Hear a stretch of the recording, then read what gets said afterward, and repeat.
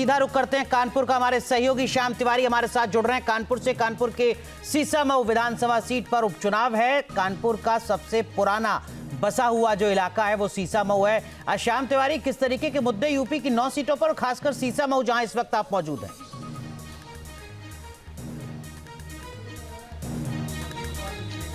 देखिए, सीसामऊ की अगर बात की जाए तो सीसामऊ क्योंकि मुस्लिम बाहुल्य इलाका है और पिछले 3 बार से यहाँ पर सपा के विधायक रहे हैं इरफान सोलंकी के जेल जाने के बाद, उनको सजा होने के बाद ये सीट खाली हुई है, जिसके बाद यहाँ पर उपचुनाव हो रहा है। उपचुनाव के मद्देनज़र चाहे समाजवादी पार्टी की बात कर ली जाए, चाहे बीजेपी की बात कर ली जाए, दोनों ने ही पूरी ताकत लगाई थी प्रचार में। और अब आज मतदान का दिन आ गया है और मतदान केंद्र में बड़ी संख्या में लोगों के पहुँचने का सिलसिला शुरू हो गया है। हम दिखाना चाहेंगे कि कानपुर में आज जो मौसम है वो भी बदला बदला सा है। आज कानपुर में ठंड है, इसके बावजूद भी सुबह से ही मतदान स्थल पर जो मतदाता उनके पहुंचने का सिलसिला शुरू हो गया। कुछ मतदाता भी हमारे साथ मौजूद, उनसे बात करेंगे क्योंकि सुबह सुबह आकर के सबसे पहले उन्होंने मतदान किया है और वो भी तब जबकि आज कानपुर का मौसम बदला हुआ है। आप अपनी उंगलियां दिखा दीजिए कि आप लोग मतदान करके आए हैं और आपसे बात करेंगे और जानेंगे कि क्या मुद्दे थे, किन मुद्दों को ध्यान में रख करके आपने मतदान किया। भाई साहब, आप आए थे मतदान करने के लिए, क्या ध्यान में रखा, किस चीज़ को ध्यान में रख करके वोट किया?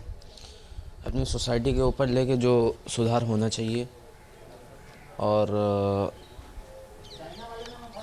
विकास को लेकर के मतदान को लेकर किया। जो है जो आजकल जो है बच्चे जो है लेके ऐसी गाड़ी वगैरह लेके निकल जाते हैं, उनके लिए भाई साहब क्या मुद्दे थे आपके जो आप मतदान करने आए, क्या ध्यान में रख करके वोट किया? कि विधायक साहब तो नरबंद हैं। अब कोई भी विकास होने के लिए विधायक को चाहिए।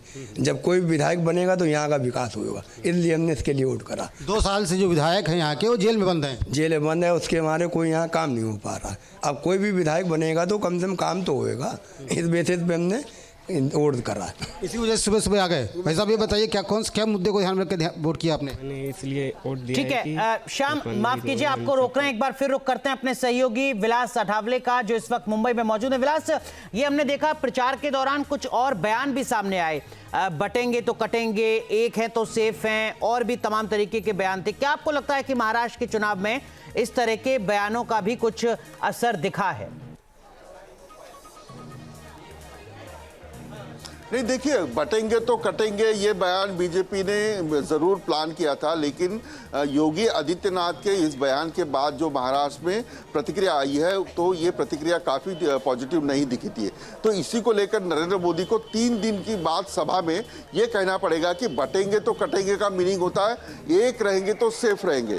तो यही लाइन लेकर बीजेपी और महायुति के लोग जो है, कल भी हमने मुख्यमंत्री एकनाथ शिंदे से बात की जब प्रचार खत्म हुआ था, तो उसके बाद कहा कि इसका आप गलत अर्थ मत लीजिए, बटेंगे तो कटेंगे इसका मतलब हम लेंगे कि एक है तो सेफ है।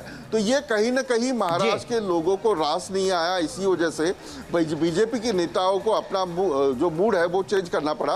आपको बता दें कि अगर देश में देखा जाए तो महाराष्ट्र के लोगों का एक कल्चर अलग है। महाराष्ट्र और कर्नाटक हो या फिर बंगाल हो, ये जो स्टेट्स है ये प्रोग्रेसिव स्टेट है, ये एजुकेटेड स्टेट है, तो यहाँ कोई धर्म की राजनीति नहीं चलती है। ये कहीं ना कहीं विलास, हमें लगता है इसके लिए 23 तारीख तक का इंतजार करना होगा कि मतदाताओं के ज़हन में किन मुद्दों ने सबसे ज्यादा असर डाला। बहुत बहुत शुक्रिया आप तीनों का जुड़ने के लिए। हर एक अपडेट न्यूज नेशन लगातार अपने दर्शकों तक पहुंचाता रहेगा। तो महाराष्ट्र से झारखंड तक विधानसभा चुनाव की एक पोलिंग बूथ पर हमारी नजर बनी हुई है। यूपी, पंजाब समेत 5 राज्यों में हो रहे उपचुनाव का भी पल पल का अपडेट। न्यूज नेशन अब व्हाट्सएप पर खबरों की ताजा अपडेट के लिए न्यूज नेशन के इस QR कोड को स्कैन करें।